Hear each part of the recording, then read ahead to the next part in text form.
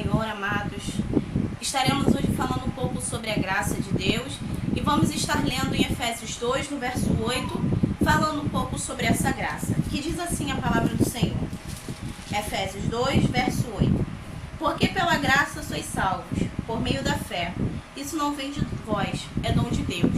Aqui nós vemos que o apóstolo Paulo, quando ele escreve à igreja de Éfeso, ele está falando sobre a graça salvadora, que veio através de Jesus Cristo. Quando nós vamos em Tito, no capítulo 2, no verso 11, porque a graça de Deus se manifestou, trazendo salvação a todos os homens. Essa graça ela foi manifesta a partir de Jesus Cristo. Nós vemos que é a graça, da onde ela vem. A graça ela brota do coração de Deus para a igreja do Senhor. O que é a graça? A graça ela nos traz a salvação. A graça ela nos traz a reconciliação. Nós vemos que a graça e a cruz elas andam junto. Por quê? Jesus Cristo, ele veio para nos trazer a graça. Quando ele veio, o véu se rasgou. Quando o Senhor Jesus Cristo ele foi feito sacrifício por nós, ele trouxe essa graça à humanidade. Ou seja, a partir de Cristo, nós fomos salvos. Claro que aqueles que aceitam a Jesus como seu Salvador, aqueles que andam nos caminhos do Senhor, aqueles que buscam uma santidade, esses sim serão salvos. Por meio de quê? A graça? Não, eu não mereço tal graça. É um dom gratuito que vem do Senhor. Mas pela misericórdia do Senhor, por ter enviado o seu único Filho para nos salvar, nós temos essa graça. E é o que o apóstolo Paulo, ele trata em Efésios, ele trata em Tito. Essa graça não provém da gente, nós não somos merecedores dela. Ela provém o quê? De Deus, ela é um dom gratuito de Deus. Ou seja, é uma recompensa. Eu sirvo a Deus, que recompensa eu tenho? Além das coisas maravilhosas que o Senhor tem feito por nós, nós temos o que? A nossa salvação. A salvação que veio por intermédio da graça. A graça de Cristo, que se fez sacrifício por nós. Nós vemos que Isaías ele vai falar sobre isso. Cristo ele levou sobre si as nossas dores. Cristo levou sobre si as nossas transgressões. O castigo que nos traz a paz estava sobre ele. E pelas suas pisaduras nós fomos sarados. Então, graças à morte de cruz, graças a ele ter sido feito sacrifício em nosso lugar, nós conquistamos essa graça. Ele trouxe para nós essa graça. Ele demonstrou para nós o que é essa graça, o que é a graça de Deus, o que é o servir a Deus, o que é ser merecedor da graça de Deus.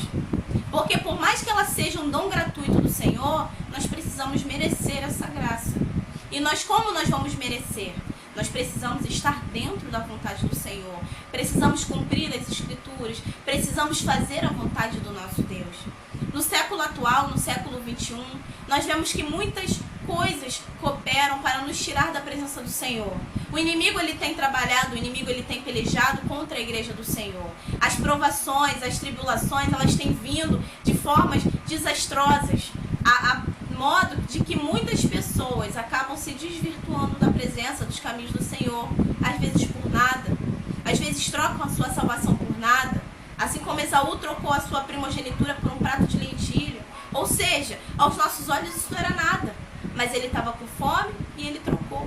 E hoje, nós cristãos, estamos nessa mesma condição, estamos nessa mesma situação.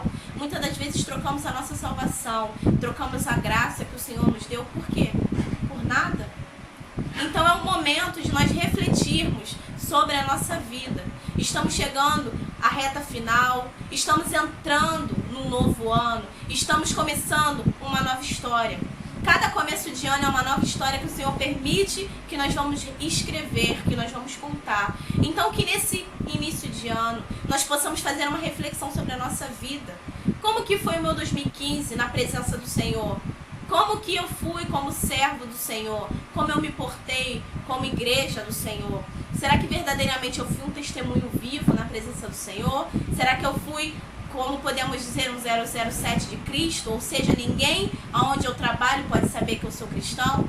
Ou seja, eu preciso rever os meus conceitos? Eu preciso mudar? Eu preciso melhorar? Eu preciso buscar mais?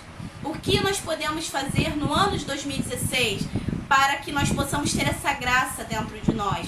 Para que nós possamos conquistar esse favor imerecido do Senhor? Porque precisamos precisamos conquistar. Que seja um ano de oração, que seja um ano de busca, que esse ano nós possamos fazer a diferença na presença do Senhor. Que nós possamos avançar, que nós possamos conquistar a nossa terra prometida, aquilo a qual o Senhor tem nos prometido e que até hoje não se cumpriu, mas que em nome de Jesus venha se cumprir em 2016. Que o ano de 2016 venha ser um ano de conquista, venha ser um ano de vitória. Lutas e provações teremos sim, mas que nós possamos permanecer de pé, que possamos ter a certeza da nossa salvação. Porque hoje, como servos de Deus, nós precisamos caminhar para o quê? Para a cruz, para a nossa salvação. Não permita que o inimigo roube aquilo que você tem de mais precioso, que é a sua salvação. Não permita que o inimigo roube a sua coroa, porque nós somos príncipes, nós somos princesas do Senhor. Existe um lugar na glória esperando por nós. Isso é a coisa mais importante que nós temos hoje. Não é carro, não é roupa, não é casa, mas é a nossa salvação. Porque o que adianta juntar tesouros aqui na terra, onde a traça e a ferrugem corrói? Precisamos juntar tesouros no céu, ganhando almas para o Senhor, fazendo a diferença no meio onde nós vivemos. Que possamos ser um referencial, que esse ano possamos ser uma geração eleita, um sacerdócio santo do Senhor, a geração que verdadeiramente vai fazer a diferença.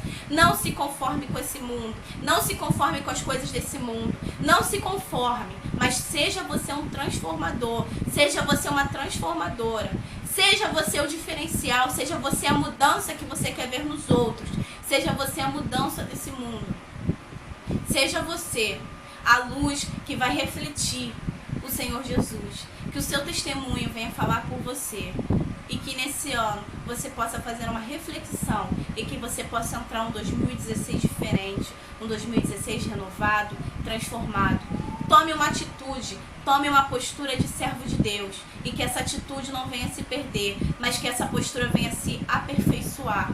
E eu peço a Deus que nós venhamos a ter o caráter de Cristo, que possamos andar como Ele andou, que possamos ter o amor que Ele teve, que possamos amar ao nosso próximo como a nós mesmos e, acima de tudo, amar ao nosso Deus sobre todas as coisas, porque o nosso Deus, Ele é o único merecedor de tudo que nós temos hoje. Devemos ao nosso Senhor. Então, que eu te desejo, nesse final de ano, um final de ano abençoado e um 2016 próspero e frutífero na presença do Senhor. Amém.